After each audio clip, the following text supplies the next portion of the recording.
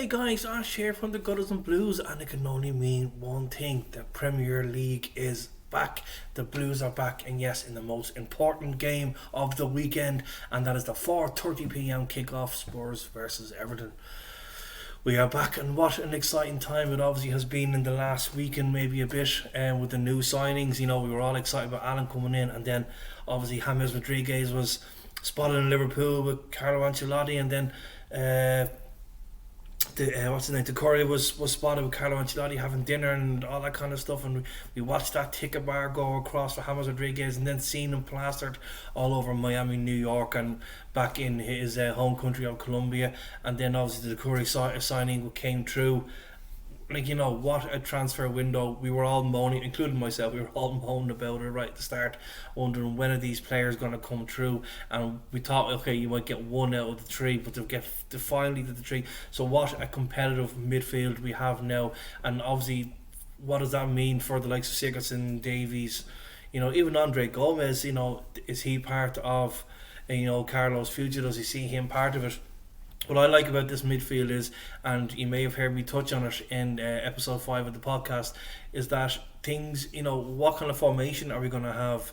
Not just the game against Spurs, but going forward in the long term, what formation we're going to play. It was still going to be a 4-4-2.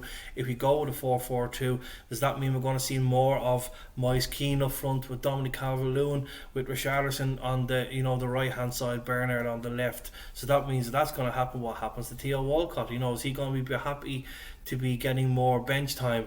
No player wants that. Is he going to go with like the predicted lineup I have, for instance?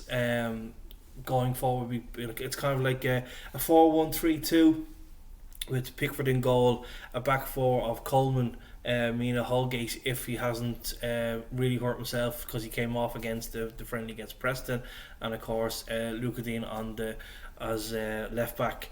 Then kind of being that he's the defensive kind of midfielder, have Allen in front of them, and then a midfield trio of Rodriguez, Gomez and Curry with Richarlison and Dominic Calvert-Lewin up front.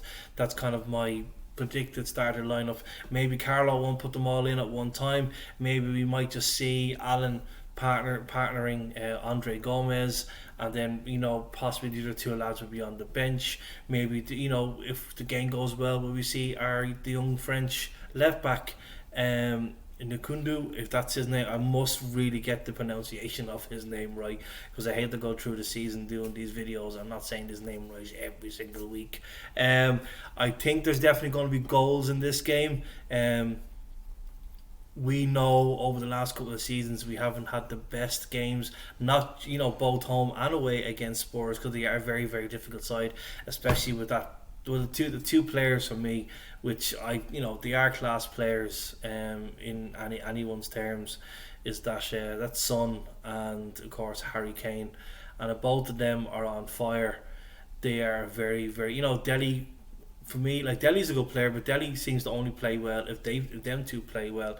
So then if them two are on fire, well then Delhi's kind of more into the game, and he seems to have more freedom to get around the pitch. So obviously if Allen starts or in that game, he's going to have to watch Dele Alli very, very carefully. I'm going to go with a 3-2 win. As I said, I think there's definitely going to be goals in this game. The goal scorers, as I mentioned in the podcast, I'm going to go with Richarlison, Mina, and then Rodriguez. Now, whether he comes on or he starts the game with Rodriguez to get the third goal for Everton and give us the win.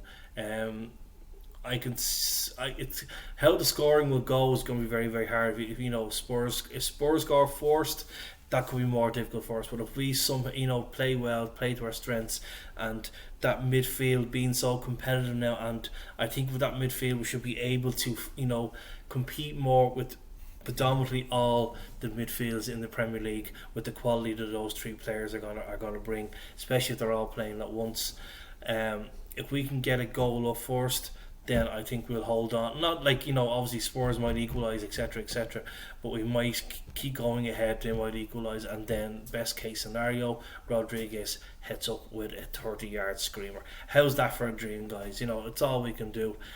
Just a reminder, guys, those who are going to the Camden on Sunday, please make sure that your position is booked So if you haven't done so already, please contact the club as soon as you possibly can to make sure your spot is there. Restrictions are, as per the COVID pandemic, are still in place. So please, if you're going to go to the Camden Bar, please make sure you contact the club in advance. So until then, guys, I'll see you on Sunday for the 4:30 kickoff. Spurs against Everton at the Camden. Stay blue.